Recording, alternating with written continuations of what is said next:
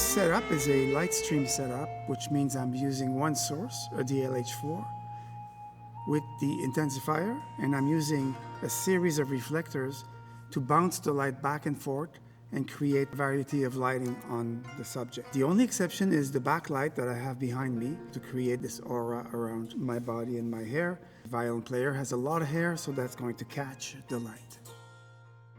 Typically what I have here is a DLH4, the intensifier, and as you can see, the DLH4 has a very small reflector that's deflecting a portion of the light at the source and sending it to another reflector, a number 1 reflector, that goes overhead and does the top light on the violin, because I want to have all those shiny, nice, reflective light on the top of the violin.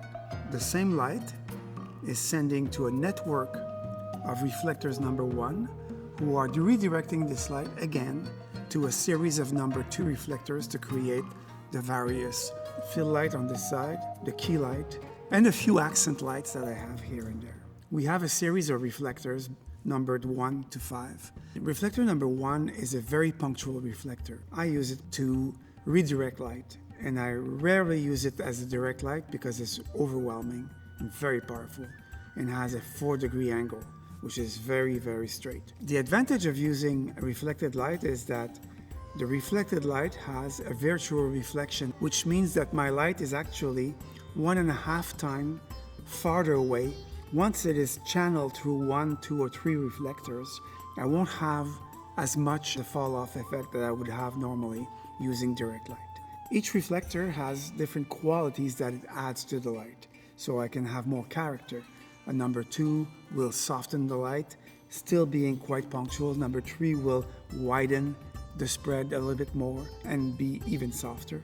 And number 4 is the softest of the reflectors. It's actually a 90-degree angle spread, and it acts a little bit like a whiteboard, but not exactly.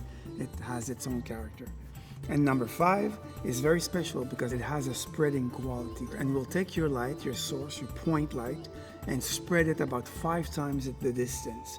I also have a projector DP1 lens with a gobo, creating the patterns behind me.